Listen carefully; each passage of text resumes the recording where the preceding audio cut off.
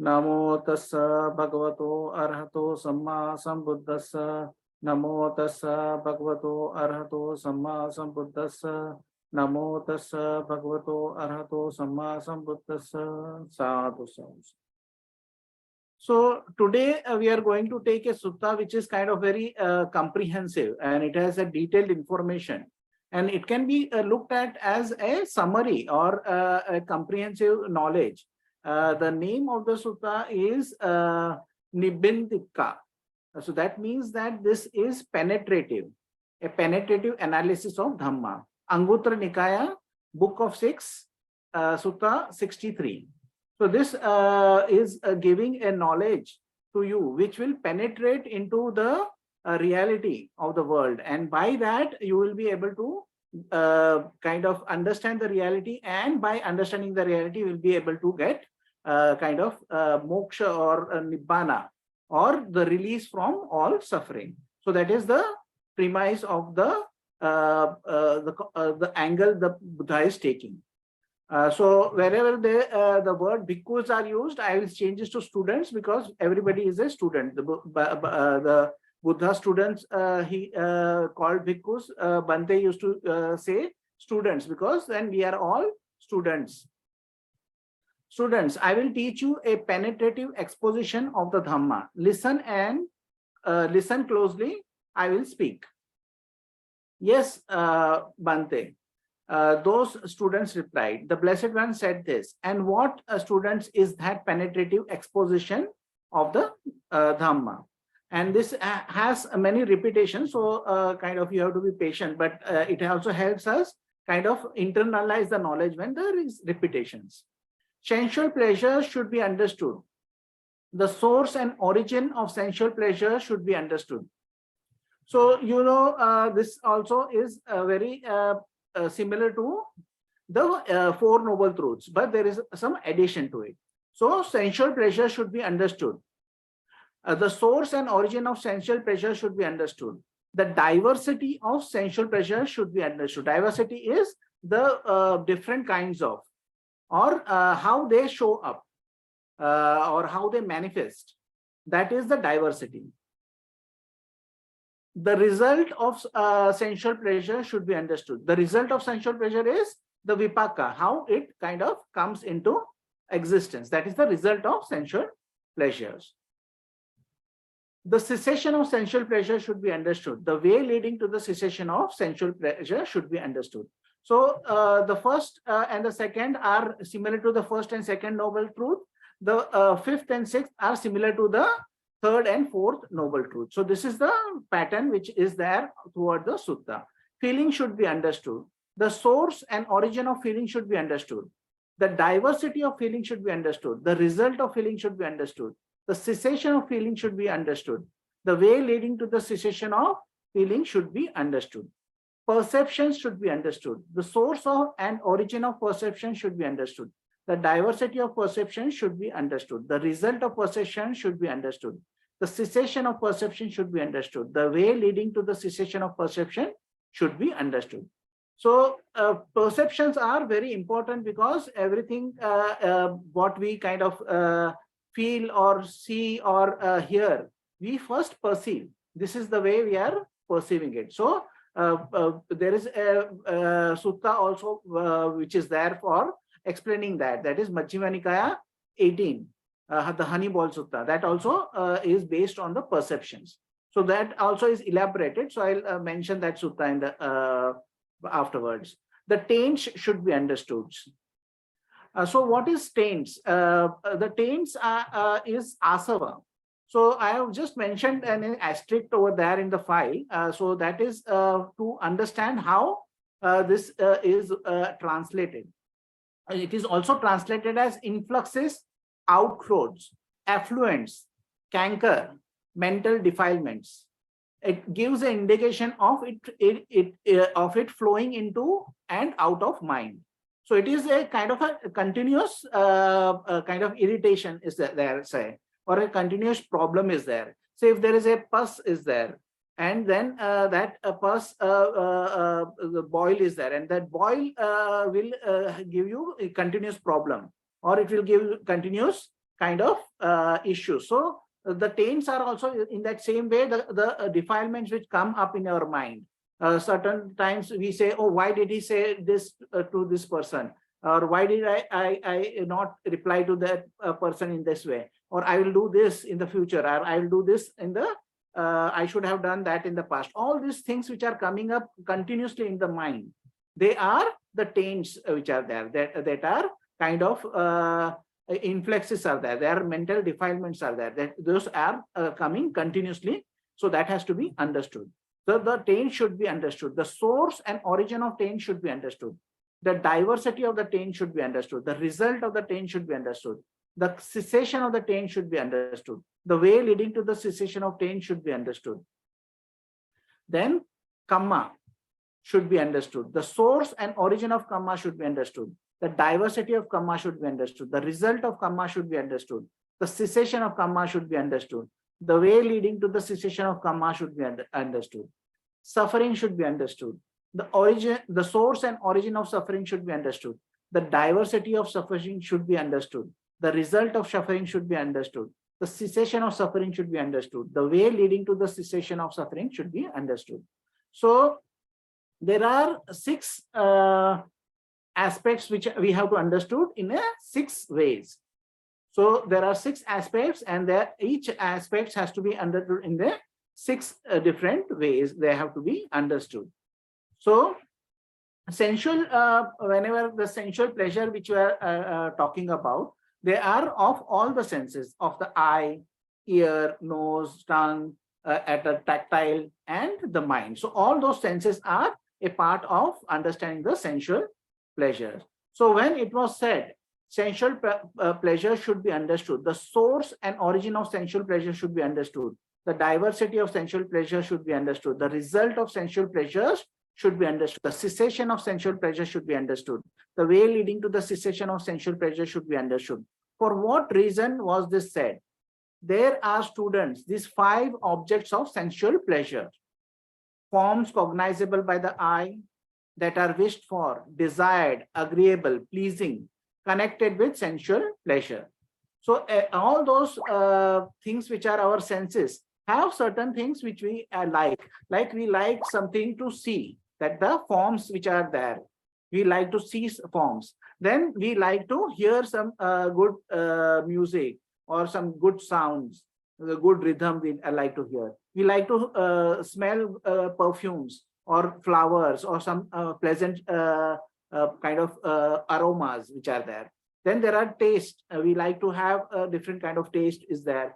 Pleasant tastes are there. Some people find sweets are pleasant, and some people find that there are things which are spicy, which are pleasurable. So they have this pleasure associated with that. Then there is touch, tactile things are there. Tactile things are there, like some people like cotton, some people like silk, some people will like felt clothes. So they want to feel that things.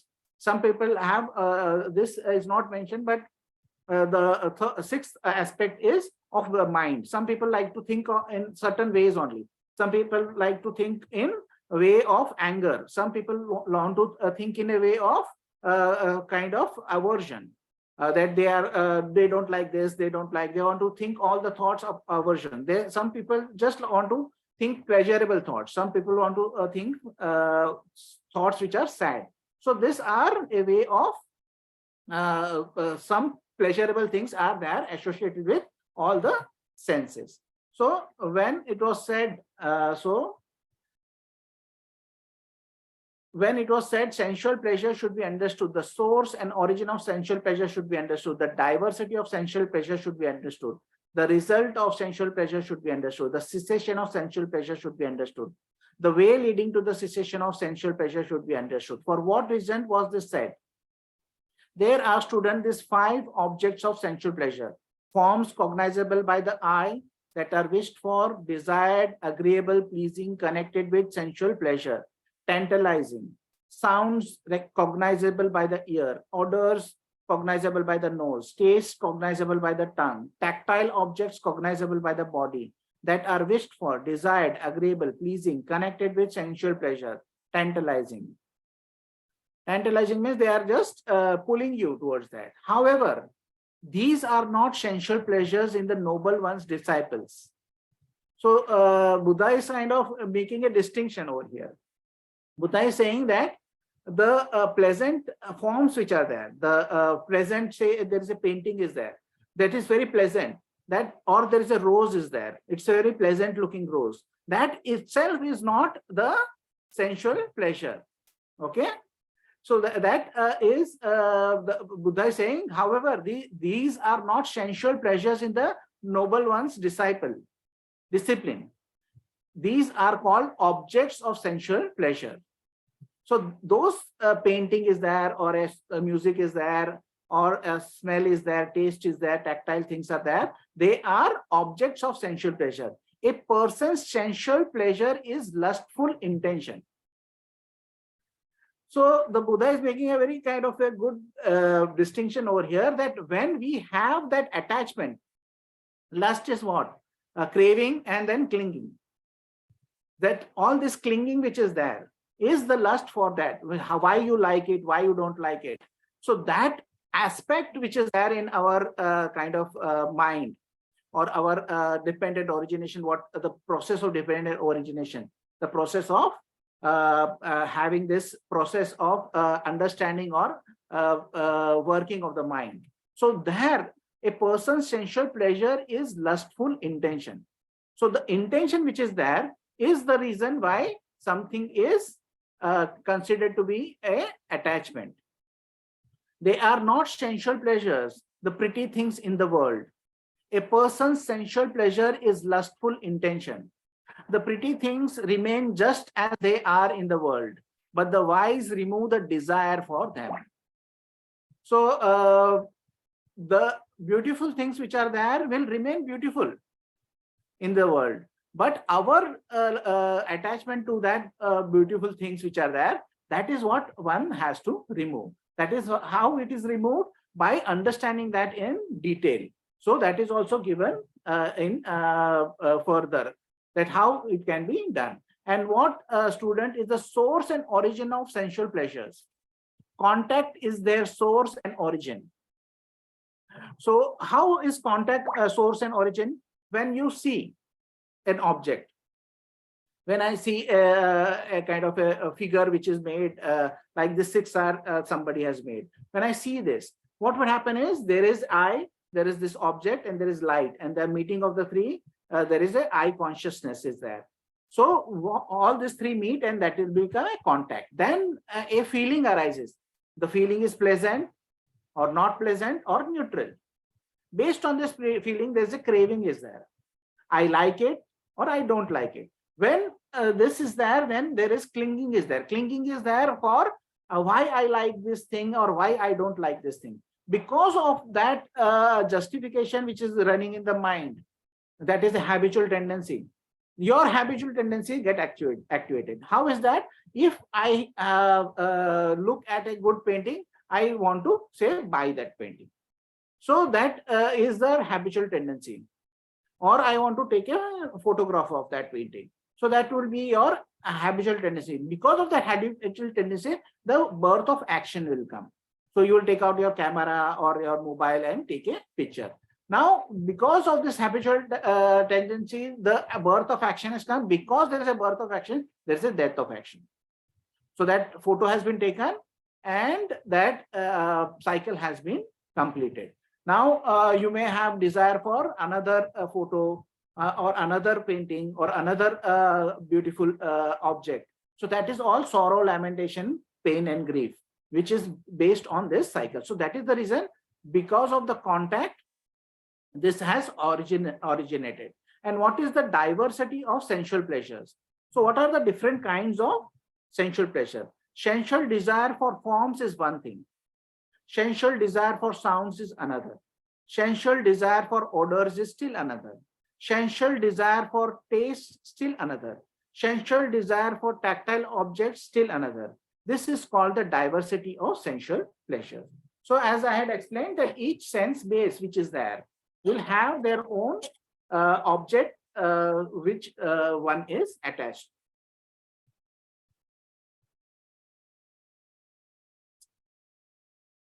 So that is the diversity is there. And what is the result of sensual pleasures? One produces an individual existence that corresponds with whatever sense pleasure one desires. So what is the result? What is the vipaka? If I like, say, sounds, if I like good things to eat. So what is the kind of result of that? One produces an individual existence that corresponds with whatever sense pleasures one desires, and which may be the consequence either of merit or demerit. That is called the result of sensual pleasures. So your existence which is there, based on your desire which is there, will be of merit or demerit. Merit would be you are doing something good, which are the dana is there, you are doing, you are keeping the shila, or you are developing your mind, that is bhavana, meditation, or contemplation.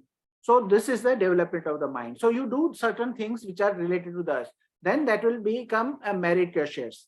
But if you are, say, being miserly, you are breaking precepts, you are not spending time for mental development because you have to kind of watch a movie or listening to a song. So then that will become a demerit. So based on your merit or demerit, the next, which is the life which is there in a sense that the next life which is there, the existence which is there, individual existence. In this lifetime also you will find that people who have kind of more attachment to, say, movies or something like that, they live in a different manner. Or a person who has kind of interest in sounds or music, they'll live in a different manner. My friend himself is very much attached to music and musical instruments, musical kind of the speaker and all those things. So he lives a different life because of his attachment to those things. So because of that attachment, you get a different life. And what is the cessation of sensual pleasures? With the cessation of contact, there is cessation of sensual pleasures. This noble eightfold path is the way leading to the cessation of sensual pleasures. So what is the cessation of sensual pleasures? The cessation of sensual pleasures is the contact is there. When the contact is not there, then there is no kind of attachment which is be possible, because there will not be feeling, there will not be any craving, and there will not be any clinging will be there. So for the cessation of contact, what is required? The cessation of nama rupa is required, which is the mentality, materiality, six sense basis first. Six sense basis are required to be seized. How does the six sense basis cease? Because of the nama rupa. When the nama rupa is, how does the nama rupa cease? Because the consciousness ceases. How does the consciousness cease? Because of the sankhara ceasing. And how does the sankhara cease? Because of the ignorance. So when we understand how this is working and we kind of let go. So when there is a feeling is there and we siksar. When there is a craving comes up, we siksar. When there is clinging which is coming up, we siksar. When there is a habitual tendency in action, then we siksar. If we are having a birth of action, we realize we are doing certain things and this is coming into play. That time we siksar. We siksar when this action is already under play. It is already going on. It is in the stage of that. Even then we recognize we siksar. And then that is how we understand the reality of these things, how it arises and then how it is passing away. So that is how we do it. And the eightfold path is the path which is when we are doing say 6 hours, we are following the eightfold path. That is what the PDF is about. I'll share this file once again at the end of this Zoom meeting. And also I'll share the file with the recording, YouTube recording. In the description, we will give the links of the files. So you can have, or everybody can have this file of the Sutta.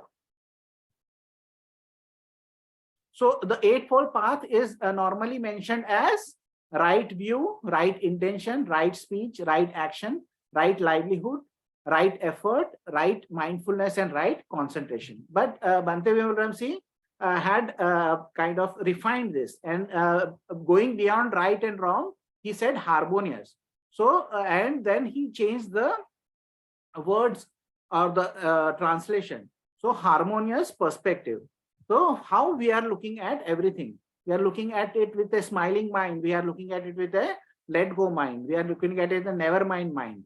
We are having a good perspective. When we have a good perspective, we have good, harmonious imaging. Imaging is what is the image we are keeping of ourselves smiling, of ourselves letting go of everything, of ourselves never minding everything. That is the image we are keeping. When we are keeping this image, we have harmonious communication.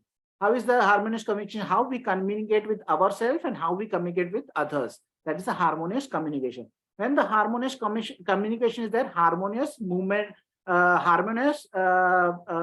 is there. Harmonious movement means that how the mind's attention is moving from one thing to another. We are harmonious. We are able to understand and follow that movement. Then when we are we have harmonious movement, then we have harmonious lifestyle. So when we have a harmonious lifestyle, we are living in a harmony with everything. And when we are living with harmony, then we have harmonious practice. When we have harmonious practice, we have harmonious observation. We are able to see what is happening in our mind, how something is arising, how it stays and how it goes away. When we have harmonious kind of observation, then we will have harmonious collectedness. Means our mind is able to be with certain aspect or an object of meditation or the task at hand, and we will be able to kind of continue with our practice. That is the reason the harmonious practice is important. So that is how the harmonious practice is mentioned. Harmonious, I'll repeat that, harmonious perspective leads to harmonious imaging. When there is harmonious imaging, then there is harmonious communication. When there is harmonious communication, there is harmonious movement of the mind. When there is harmonious movement of the mind, there is harmonious lifestyle. When there is harmonious lifestyle, then there is harmonious practice. When there is harmonious practice, there is harmonious observation. So you are observing. Mindfulness, which is if there is a harmonious observation, then there is harmonious collectedness. That is samadhi, where you are able to stay with the object. Your mind can stay with what is happening. So that is how this is going on. When students, a noble disciple, thus understands sensual pleasures, the source and origin of sensual pleasure, the diversity of sensual pleasure, the result of sensual pleasure, the cessation of sensual pleasure, the way leading to the cessation of sensual pleasures. He understands this penetrative spiritual life to be the cessation of sensual pleasure. So when there is sensual pleasure ceases, then all kinds of dukkha also ceases, because all are related to I like it and I don't like it. So that when that is ceasing, then this is also ceasing. So this is an indication of cessation of sensual pleasure, is also indication of a nibbana, a mind which has no kind of craving. So that is an indication. When it was said sensual pleasure should be understood, the way leading to the cessation of sensual pleasure should be understood, it is because of this that this was said. So this was said about the first aspect. Then the second aspect is when it was said feeling should be understood, the way leading to the cessation of feeling should be understood. For what reason was this said? There are students, these three feelings: pleasant feeling, painful feeling, and neither painful nor pleasant feeling. We can call them neutral feeling. And what is the source and origin of feeling? Contact is the source and origin. What is the diversity of feeling? There is worldly pleasant feeling. What is the worldly pleasant feeling? Can somebody say over here, what is the worldly pleasant feeling? Any feeling which you are feeling in the world, like the feeling which you have by say drinking a very good drink, or eating something, or listening to a music, that is the worldly pleasant feeling. There is a spiritual pleasant feeling. What is a spiritual pleasant feeling? I want somebody to answer this. Joy of Dhamma. Yes? joy of Dhamma. The Meditation joy of happiness. Dhamma is one good answer. There's one other thing very specific to us and our practice. If the metta is going well. Yes, that is correct. If the metta is going well, then where are you technically if the metta is going well? Then that is a good, happy spiritual feeling, no? That is correct. But what is the technically, where are you when you are this good feeling and joy is coming up? Where are you? Jhanas. Jhanas, very good. So jhanas are the spiritual feeling, which is the supermundane feeling which is there, which we are feeling. So any worldly feeling is there, then there is a spiritual pleasant feeling. There is a worldly painful feeling. What is the worldly painful feeling? Any feeling we feel which are painful, like the physical feeling which we say, that when you are sitting and your leg is kind of compressed, then you will get a physical feeling. You stub your toe. That is a worldly physical, that is a worldly painful feeling. There is a spiritual painful feeling. What is the spiritual painful feeling? Meditation pain. Yeah. Yes, very good. Meditation pain. So meditation pain is the spiritual painful feeling. There is a worldly, neither painful nor pleasant feeling. That is the feeling when you feel if you are sitting in a Saturday morning, say after drinking coffee, there's nothing planned, and then you're just sitting there, and then there you kind of blank out. And after 15 minutes, you realize what you're doing and you're not knowing. Then you kind of go to the next step, reading newspaper or going out. That is the neither painful nor pleasant feeling. There, this ignorance is there. So the ignorance is there because you are not aware. There is no awareness. There is no mindfulness over there. So there is no harmonious observation at that worldly, which is neither painful nor pleasant feeling. But there is spiritual, neither painful nor pleasant feeling. What is the spiritual neither painful nor pleasant feeling? That's an easy one. Equanimity. Correct. Very good. Equanimity is the spiritual, neither painful nor pleasant feeling. Why is it spiritual and why is it considered to be superior? Because there is a harmonious observation over there. There is awareness over there. The ignorance is not there in that state of mind. So that is the reason it is a spiritual. This is called the diversity of feeling. So these are the different kinds of feeling the Buddha is saying is there. And what is the result of feelings? One produces an individual existence that corresponds with feelings, whatever feeling one experiences, and which may be consequences either of merit or demerit. This is called the result of feeling.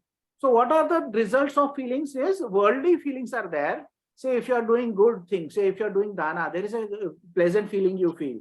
Then when you are doing dana and there is a pleasant feeling, that pleasant feeling will take you to the heaven. So that is the worldly pleasant feeling will correspond to the merit, and that merit will take you to the heavens. But say if there is a jhanic feeling, you are in the first jhana, and you don't go beyond first jhana for the whole of your practice. You perfect the first jhana. You are always able to go into the first jhana. And when at the time of death, you are able to kind of maintain that first jhana.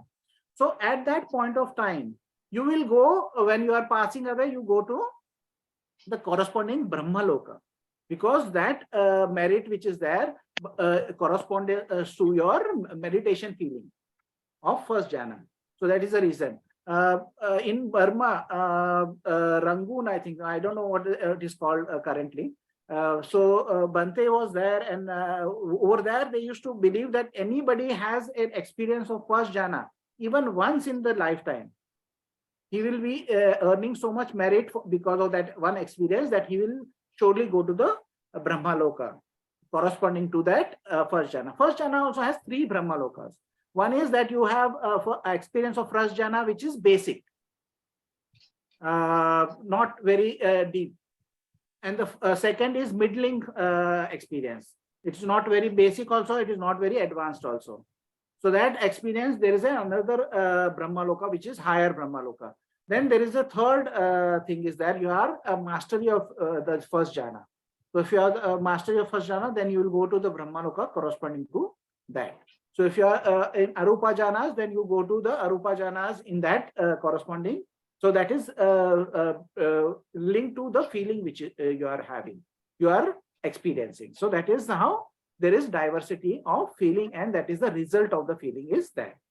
And this is also based on merit and demerit. So if you are angry, if you are kind of hurtful to others, then also that feeling will correspond to that. Then you can go to maybe a hungry ghost, you can go to maybe an animal realm, you can go to the hell also. So that also corresponding to the feelings which you are carrying of demerit. This is called the result of feeling. And what is the cessation of feeling? With the cessation of contact, there is cessation of feeling. And this noble eightfold path is the way leading to the cessation of feelings. So that is the 6R when we are doing, we are able to kind of let go and then cause the cessation of contact, and then it will cause the cessation of all feelings.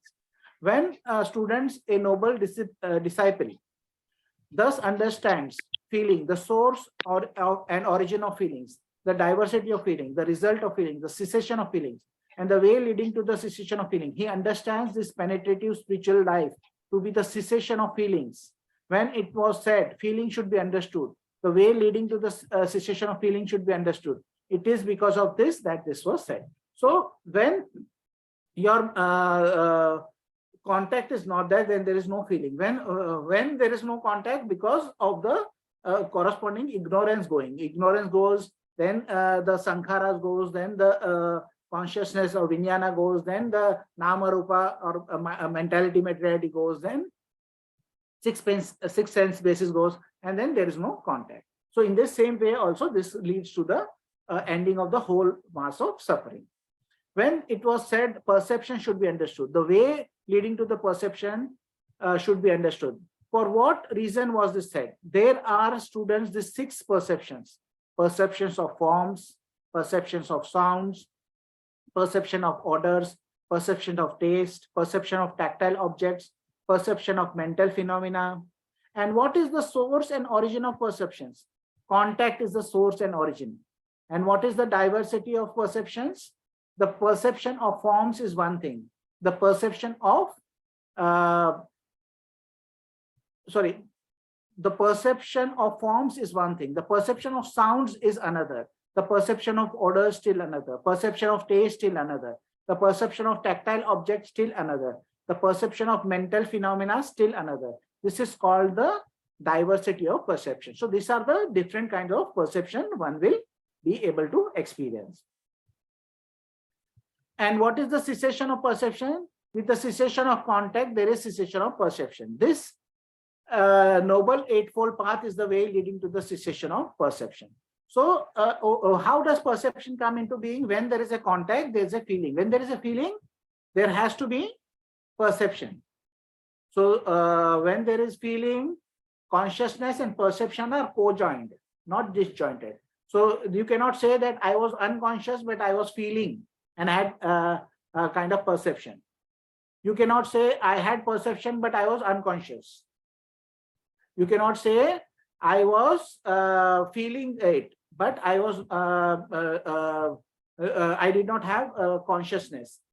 So all those things are to be together. So that perception is there in every contact which is there, that perception is present.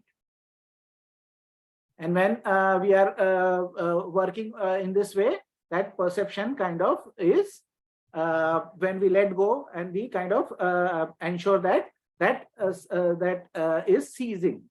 And when that is ceasing of the whole mass of suffering. And what is to be understood in perceptions also in Majjhima Nikaya 18, where Hanibol Sutta, how the Buddha is explaining is there is perception. Based on this perception, there is thoughts are there.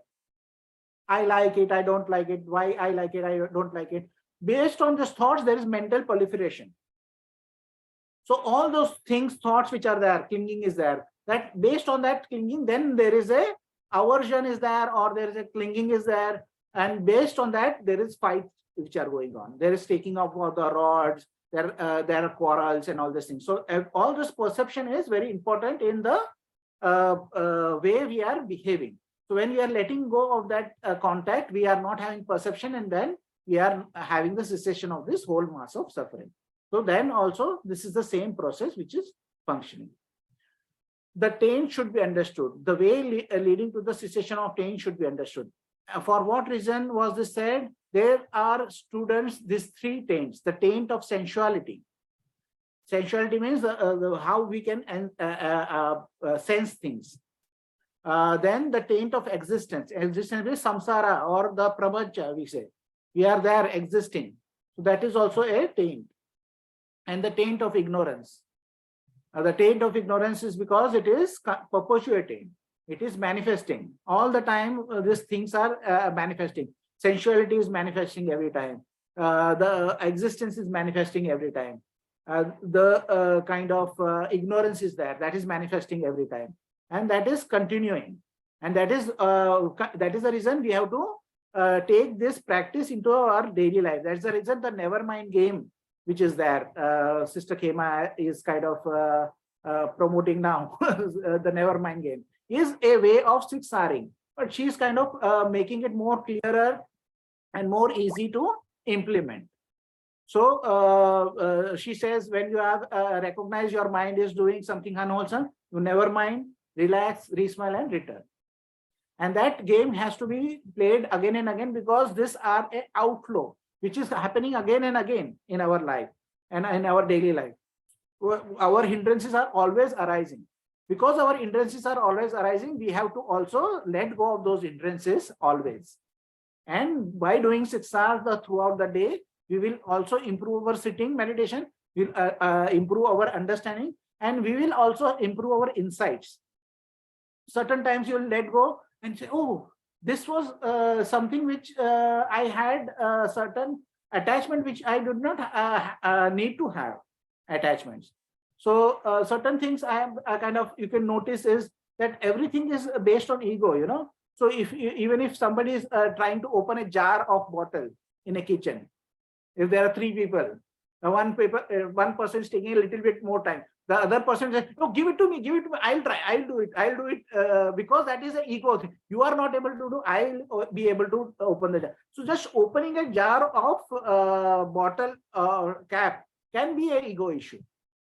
And people can fight, and there are some skits which are made about that, because everything which we are doing is related to our ego. So that is the reason every time we have this, that is the taint which has arisen of ego has arisen. So then we can siksar, we can say never mind, and relax, re-smile, and just be there and be supportive of the person who is trying to open the bottle. So that is how we kind of bring this practice, because this the taints are arising always, the outflows are there always, the mental defilements are coming always. That's the reason we have to have the antidote also always.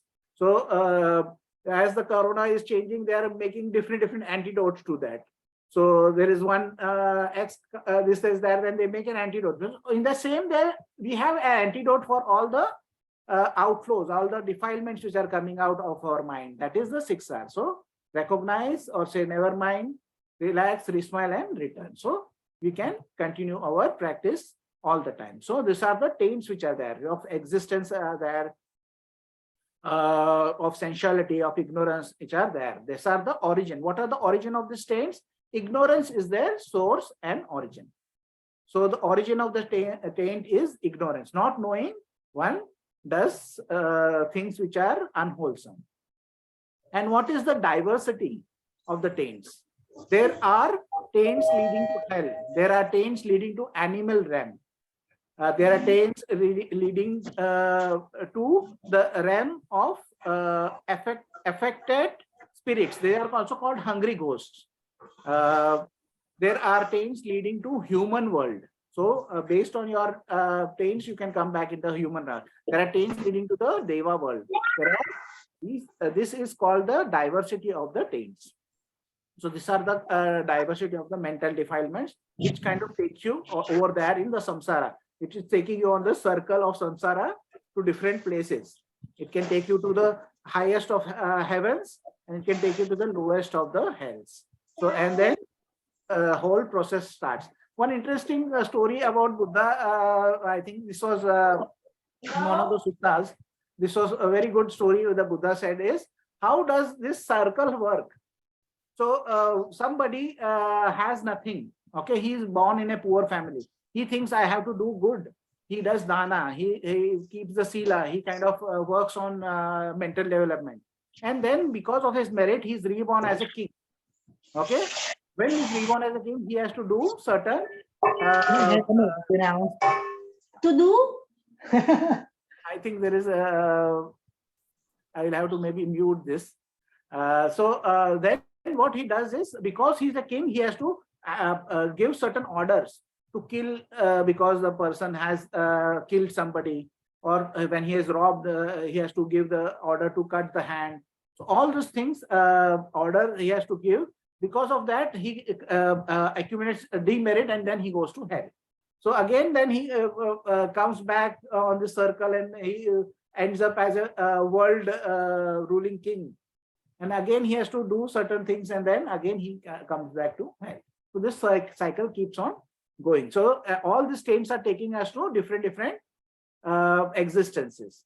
And what is the result of the taints? One is immersed in ignorance, produced a corresponding individual existence, which may be the consequence either of merit or demerit. This is called the results of taints. So again, based on merit and demerit, you can go to the heaven, higher realms, or come to the lower realms. So based on your karmic actions. And what is the cessation of the taints? With the cessation of ignorance, there is a cessation of the taints. This a noble eightfold path is the way leading to the cessation of the taints. That is, you have to continuously do the 6 R's. That is, continue with your never mind practice. When a student, a noble disciple, thus understands the taints, the source and origin of the taints, the diversity of the taints, the result of the taints, the cessation of the taints, and the way leading to the cessation of the taints, he understands this penetrative spiritual life to be the cessation of the taints. When it was said, the taint should be understood, the way leading to the cessation of taint should be understood, it is because of this that this was said. And when it was said, kamma should be understood, the way leading to the cessation of kamma should be understood. For what reason it is said?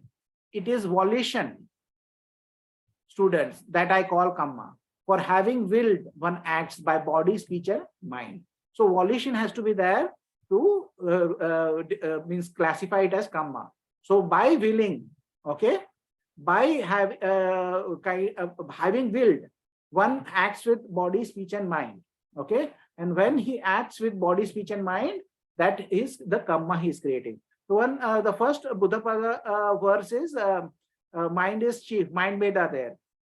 So in that the story is there, commentary story is there, that there was a monk who was walking, night meditation he was doing, and he was blind, and he did not realize that there were ants over there. So some bhikkhus came and said that he has trampled on some ants.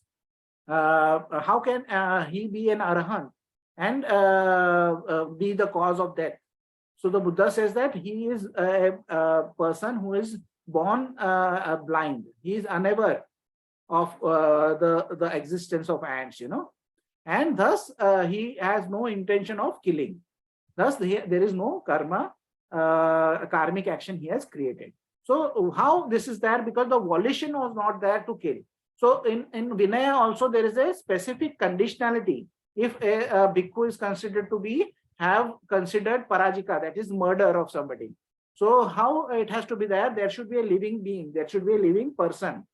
The intention has to be there to kill that person. With that intention, an action has to be taken. Based on that action, the person has to have died. So if that is fulfilled, only then it is considered to be a willful act of killing. And that is a parajika for a monk. So it is detailed how a violation action is there. The intended target should be there. Then like in having kind of stealing something, there is an intended target is there. There is an intention to take that possession of that thing. By that intention, there is an action taken. By that action, that thing which is there, the target acquisition is there in your possession. So that becomes the stealing of things. So then volition is the main thing when we are doing and talking about karma. And what is the source and origin of karma? Contact is the source and origin of karma. Contact, because when there is a contact, there is a feeling, there is a thoughts are there. Craving is there, then clinging. Those thoughts are there. That is the reason the intention can be kind of come into play. And what is the diversity of karma?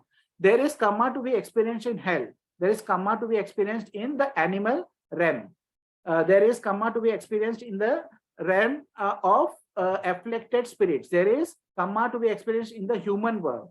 And there is karma to be experienced in the Deva world. This is called the diversity of karma. So again, the karma has to be experienced in all states of the samsara. Wherever you are there in samsara, there is a effect of karma which is there. And what is the result of karma? The result of karma, I say, is threefold: to be experienced in this very life. Then what is that? This very life is when you do something good. Say you are doing dana, then there is a feeling of good feeling is there. That is experienced immediately. If you are keeping the precepts, then there is a feeling of niceness. There is a feeling of non-guilt. So there is no guilt feeling in the in ourselves. So when we are keeping the Shila, then that is a immediate something which we earn. If you are doing bhavana, so we are sitting in meditation, immediately we have after some time, immediate means based on each individual. After some times we feel certain pleasant feeling. So that's the immediate. In this lifetime we are feeling the results, or in the next rebirth, or some subsequent occasion. So you may directly get that result in the next rebirth, or it may be in the subsequent rebirth, but you will get the good karma's result, the vipaka which is there, the result which is there, you will definitely get. This is called the result of karma. And what, student, is a cessation of karma? With the cessation of contact, there is a cessation of karma. Because when there is no contact, there is no feeling, there is no craving, there is no clinging, there is no habitual tendency, there is no birth of action. There is no birth of action, there is no karma. So the contact is again the central point over here. With the cessation of contact, there is a cessation of karma. This noble eightfold path is the way leading to the cessation of karma. That is meaning that you are siksaring, and you are siksaring, so you are angry and you siksar. Then you are not saying bad words. Then you are not creating bad karma. So body, speech, and mind can be stopped while you are aware. You are saying never mind, and then relax, re-smile, and come back. Then that you are not creating bad karma at that point of time. That is the reason that process of 6R is still valid. So the last is, I'll take is our original Four Noble Truths of suffering. When it was said, suffering should be understood. The source and origin of suffering should be understood. The diversity of suffering should be understood. The result of suffering should be understood. The cessation of suffering should be understood. The way leading to the cessation of suffering should be understood. For what reason was this said? Birth is suffering. Old age is suffering. Illness is suffering. Death is suffering. Sorrow, lamentation, pain, dejection, and anguish are suffering. Not to get what one wants is suffering. In brief, the five aggregates subject to clinging. So 5 aggregates are there, but when they are subjected to clinging, are suffering. And what is the source and origin of suffering? So now we can say that what is dukkha cannot be translated in one word. So I have seen this a lot of time. Many of the kind of very, very senior monks are trying to kind of translate dukkha into different words. Some say it is stress. Some say it is a kind of suffering. Some say it is a different way. It is incontinence. Some say it is inconvenience.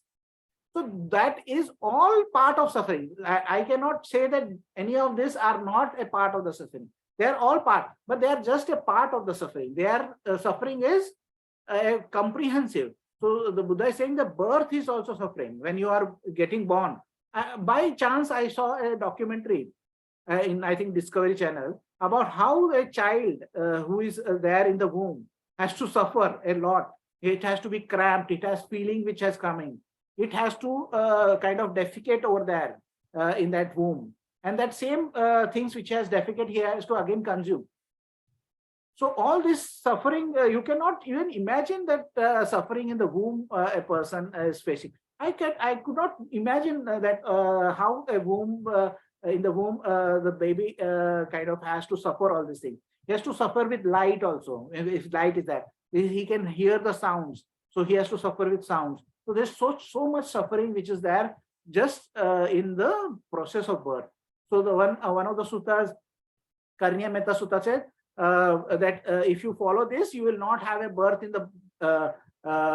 the womb once again. You will become at least anagami. So not being born in a womb is considered to be a blessing.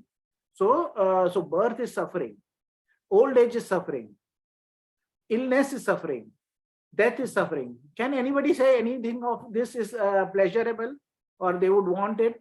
Nobody will want death or illness or old age or birth also. Maybe birth they may want by ignorance. So that's the reason ignorance is the start of all problems. Sorrow, lamentation, pain, dejection, anguish are suffering. Not to get what one wants is suffering. In brief, the 5 aggregate subject to clinging are suffering. And what is the source and origin of suffering? Craving is its source and origin. So after contact, there is feeling. After feeling, there is craving. So the craving is the source and origin. And what is the diversity of suffering? What are the different kinds? There is extreme suffering. So the types of suffering also the Buddha is saying. There is extreme suffering. There is slight suffering. There is suffering that fades away slowly.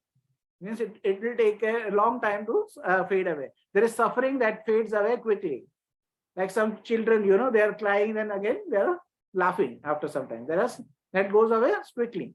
This is called the diversity of suffering. And what is the result of suffering? Here, someone overcome by suffering with a mind obsessed by it, sorrows, languishes, laments, he weeps, beating his breast and becomes confused. So when there is a lot of suffering, then a person can become kind of distraught. Okay, he beats his breast and becomes distraught and becomes confused. Or else, overcome by suffering with the mind obsessed by it, he embarks upon a search outside, saying, who knows 1 or 2 words for putting an end to this suffering? So that is the start of all the Buddhas. That is the start of all the Arahants. That's the start of all spiritual quest. That when there is dukkha, then they say that just give me 1 or 2 lines to end this dukkha. So that is the positive direction a person goes into. But there is a negative also. When there is a positive, there is a negative also. Who knows 1 or 2 words for putting an end to this suffering? That's a positive. Suffering, I say, results either in confusion or in a search. Confusion is when you are distracting yourself. When suffering is there, you watch a movie, you listen to music, you kind of have the scented candles or something like that, or you go and indulge in eating, or you take some buy clothes or something like that, or have a massage or something which is tactile, or you start dreaming or kind of being in fantasy. So all those are confusion. So you are kind of distracting yourself. When you are distracting yourself, you are confused about the reality of the dukkha. But if you are going on the search, as we are going to search, that's the positive direction. So when we understand the dukkha and we say that, okay, we need a solution, we see the Buddha is giving a solution. We take that solution, which is 6 hours, which is never mind game. And then we are implementing that and we are taking it into our life. Then we are going into the direction of the solution from the suffering. So it will result either in confusion or in the search.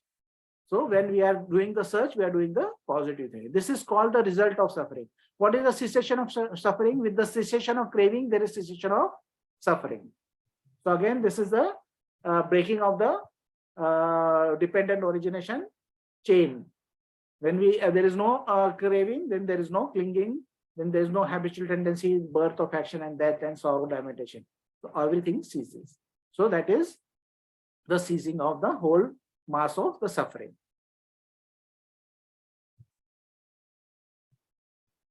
And what is the cessation of suffering? With the cessation of craving, there is a cessation of suffering.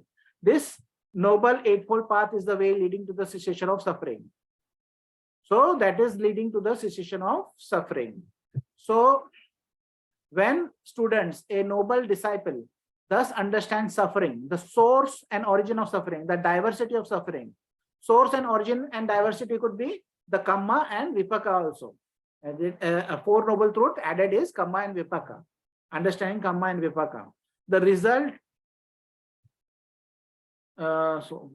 noble disciple, the source and origin of suffering, the diversity of suffering, the result of suffering, the cessation of suffering, and the way leading to the cessation of suffering. He understands this penetrative spiritual life to be the cessation of suffering. When it was said suffering should be understood, the way leading to the suffering should be understood. It is because of this that this was said. This student is that penetrative exposition of Dhamma.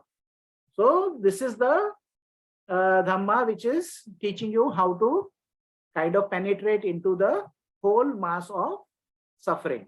And that is how we can kind of create a way whereby we can kind of see how something, what is the problem, okay? What is the problem? And then we can see what is the reason for that problem, okay? Then we can see what is the way this problem have different ways of coming up. How are these problems a different way of showing up? Then what are the different way of the results of those things? I have shared the file once again. If there somebody has come late, they can access that files. So then they know what are the different kind of results of that thing which is there, the problem which is there. Then we say, what is the solution of this? So we say that, okay, this is the solution, and how to reach that solution? What is the way to reach the solution? So this is giving a complete map of solving any problem in life. Any problem which is there, even if there's an IKEA table has to be kind of set up. You can take this 6 steps and set up the IKEA table also. Because any problem which is there will need a question, what is the problem? It will need what is the kind of reason for that problem. How does that problem arise? How it manifests? How it kind of by manifesting that problem, what are the results are there? Then what is the solution for the problem? And what is the steps which you have to take to reach the solution? So the steps are the eightfold path, which can be said to be 6R. Or you can say never mind game. So you never mind what has arisen. Relax, re-smile, return back. And why are they to be understood in different ways? We have to understand. Say, like cantankerous are there, or we are saying that taints are there, or mental defilements are there. We know that these mental defilements are not a one-time thing. They are like a flowing in our mind, you know. They are coming up again and again. But we cannot say I have given the solution once. We have to, whenever it arises, we have to solve that by never minding. We can say never mind, relax, re-smile, return back, or recognize, release, relax, re-smile, return, and repeat when needed. So we can continuously work on this, and then the result of what the Buddha is promising is that the cessation of whatever it is coming up, and when it is ceasing, the whole mass of the suffering is ceasing. When the whole mass of the suffering ceasing, you can call yourself an arahant. That is, you are reaching nibbana. So this is the path the Buddha is showing, and he's showing it in 6 different ways and with 6 steps. So this is a very kind of comprehensive sutta which is there, and it can gives us many things in a very comprehensive manner. There's a lot of repetition, so we can get those things internalized. We can remember those things, and it is easy to kind of, when we remember certain steps and we remember how it is done, then it is easy to implement. So never mind is a more easier way of doing it, because it has a more natural. You never mind, relax, we smile and return. So it's easier to do. So you can try and play the never mind game. We have put, I think, a PDF on the website also, and we have received some books. So we'll try and figure out how to distribute those books. We already have about 600 books in Mumbai. So we'll have to figure out how to take from Mumbai and get it to all places. So all the students can get them. So we'll have to figure that out. In time, we'll do that. So now is the time for questions. So is there any questions? Bhante, I have a question. Yes. Nibbedhika means what? It is nibbida, disenchantment? No, that is penetration. That is in going deeper into something. So Once with the knowledge of all these sensuality, Vedana, Sanya, Ashava, Kamma and Dukkha, it is only a cause.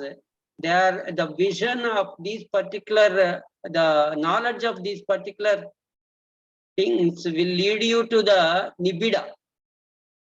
Correct. So That when is we are going disenchantment. deeper into that, it will lead us to the kind of knowing what is there. Like say, if you have to, there is a certain thing which you have to kind of break. Say there is a rock. So what we will do is we'll drill down deep into that. And when we drill down to a certain level, then the rock will break. Okay. So going deep that is the into any cause. subject. That is the cause. Nibbida is the cause to lead to dispassion. Correct. So when we have there, this cause is there, then this is dispassion. It leads to dispassion. It's also a way of kind of progressive. There's one other explanation given by somebody. I think it is Priyatan. Priyatan is also very good at this thing. So he says that this essentially means that the world is what one thinks of it. It is in one's mind that one has to deal with without blaming the world, that it is evil, etc. The list of spiritual methods listed here ends with that of dealing with suffering. This last method is related to one given in Upanishad Sutta, that is Samyutta Nikaya 339, that applies to the causal method of analysis. Suffering, dukh, is the immediate cause of faith. Because when we have suffering, we say, give us a solution that causes faith. When there is faith, then that causes joy. When there is joy, that causes piti, that is happiness. When there is happiness is there, then it is pasade is there, that is tranquility. When pasade is there, then there is sukha is there. When sukha is there, gladness is there, then it causes the collected mind, samadhi. And the collected mind causes knowledge and vision of things as they really are. So because your mind is collected, you can see what is happening. Knowledge and vision of things as they really are, yatha bhuta nanya darshana, R is the immediate cause of disenchantment, nibbedhika. Nibbedhika is the immediate cause of dispassion. Dispassion is viraga, and viraga is vimutti, the cause and condition for vimutti. So he kind of Priyatan, his PDF is also there. I'll try and download this and maybe share it over here. That is also a very good analysis he has given. Bhante, you spoke only on the Four Noble Truths part. Why did you not take up three delusion and raga moha dvesha, moha dvesha, raga moha dvesha? It was not taken on the 3 notes. Only you spoke the 4 noble truths. So accordingly, cessation of suffering, you brought it out. Correct. So now over here in the 4, there is also diversity and result. That diversity is like saying what is the action or the different types of how it shows up. Okay, it can be to be kamma, and result can be as vipaka. So kamma vipaka is also an additional component over here. uh, File has also I have shared that. Also you can download that file and keep that. He has also explained it well. That what you kind of mentioned is very. That is what I remembered his reading his analysis also. So that's the reason I shared. The proximate cause. This causes that, and that causes that, and that causes that. So then there is suffering, there is faith. Faith because I want a solution. So I have faith in Buddha. Because there is faith, there is the kind of the next steps which are coming up. So that is what how kind of the progress is there.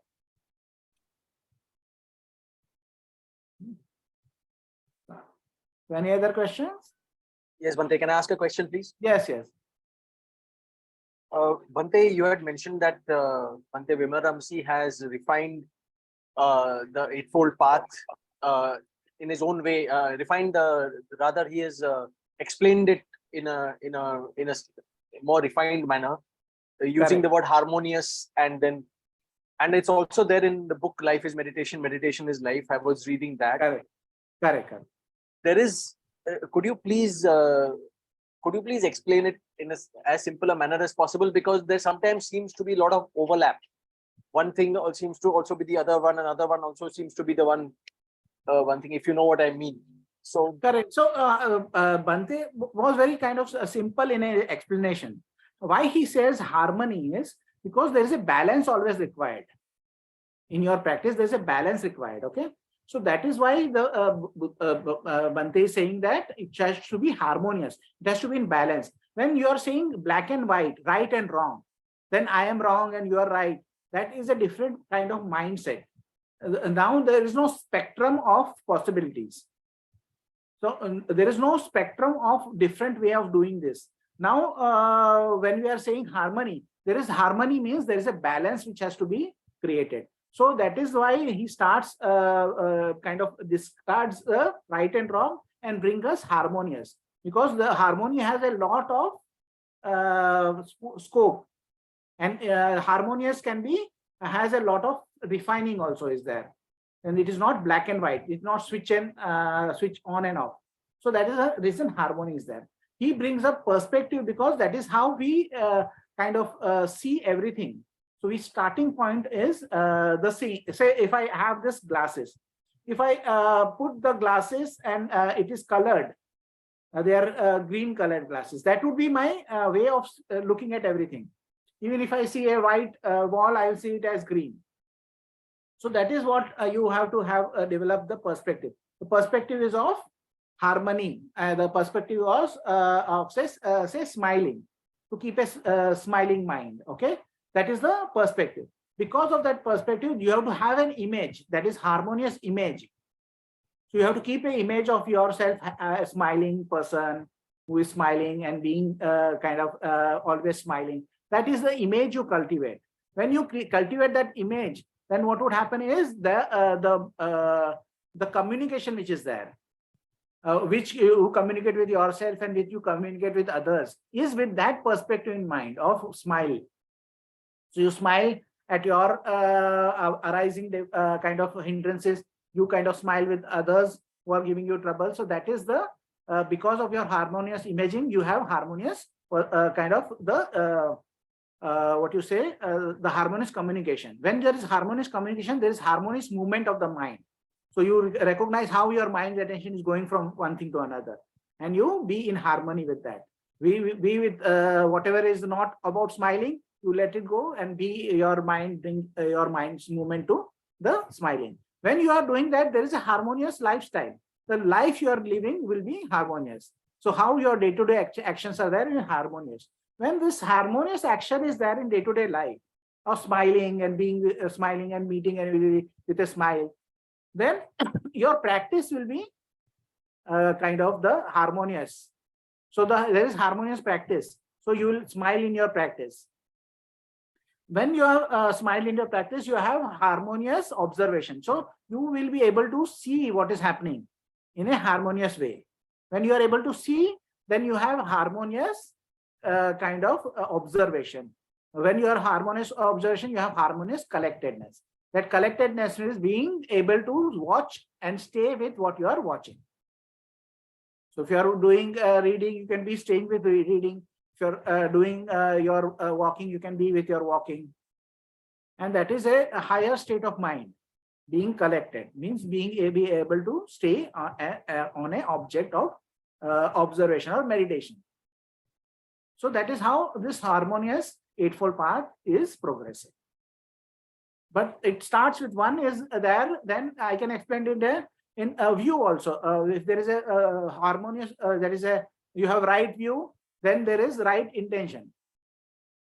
Then when there is right intention, then there is right speech. When there is right speech, there is right action.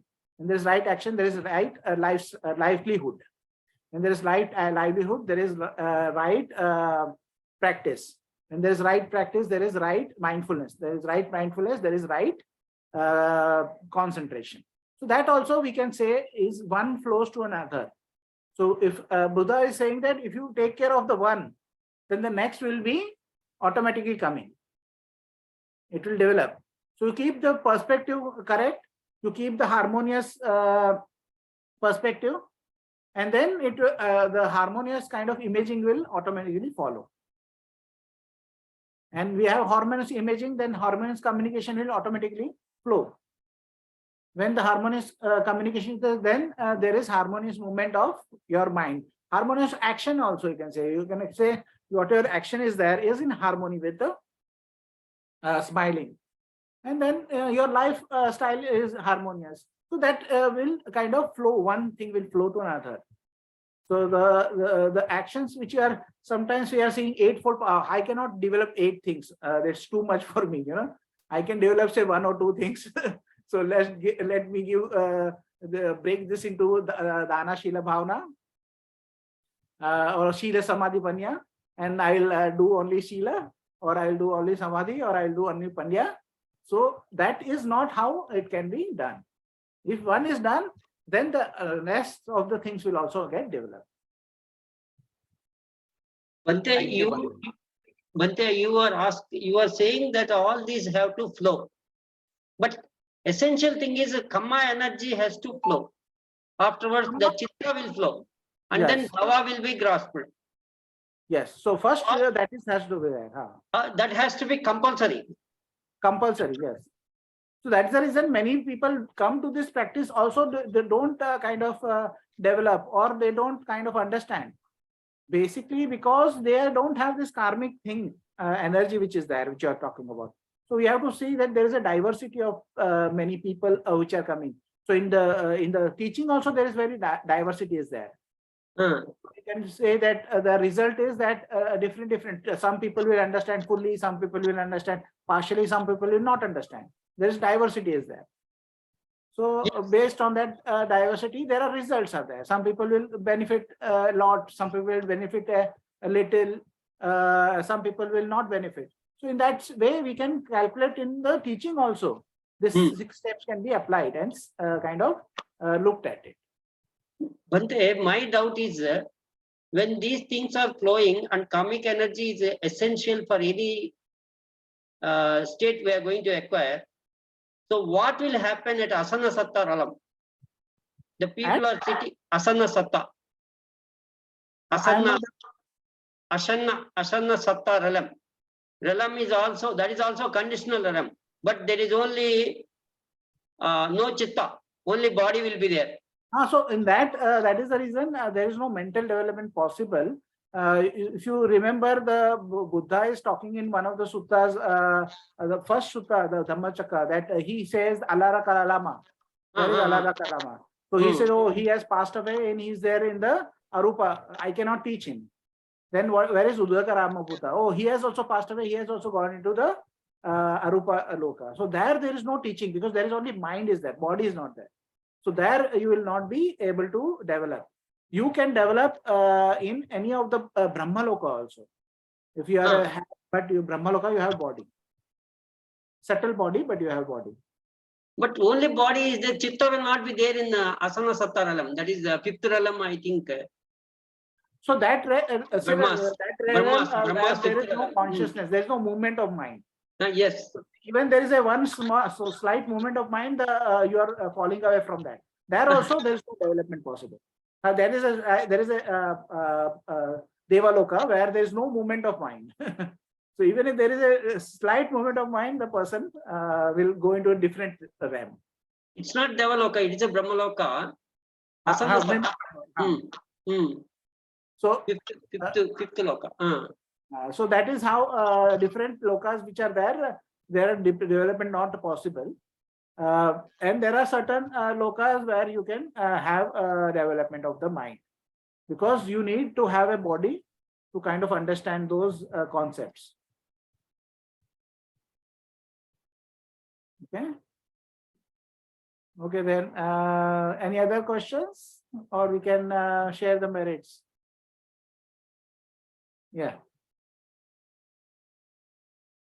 I wanted to ask about the how we might use the factors along with the 6 R's in daily life. And I'm just reminded of something that happened a little while ago. So if I just tell you the quick story. I was going purposefully to look to buy a hook for the back of a door. So it's something very functional. But I went to a like an old antique center. And in the past, I would have really, really enjoyed looking around and all the different things, lots of the sensory pleasure, the texture, the visuals, and the maybe the opportunity to find something that was a bargain. And this time I noticed it was entirely different. And what I picked up in the place was actually, this is all a lot of stuff that's the detritus of life that nobody wants. And so then I felt my mind, so it was purposeful. And then it went into memory of, I used to love this. And then it started to move into, this is a very sad place. But I still had my intention to find a hook. And I found it a very interesting kind of flow of movement. And I didn't stay there. I found a hook and I left. But the question is, how do we do we use the 7 factors alongside the release and relax here? Because I just sort of little tipping. I didn't go completely into, oh, I'm really sad, but I saw the movements of memory, happy, into not the same. Just kind of download this Priyatan's what I had shared with you. So that is also important, because what is the thing is when your mind is collected, you see things as they are.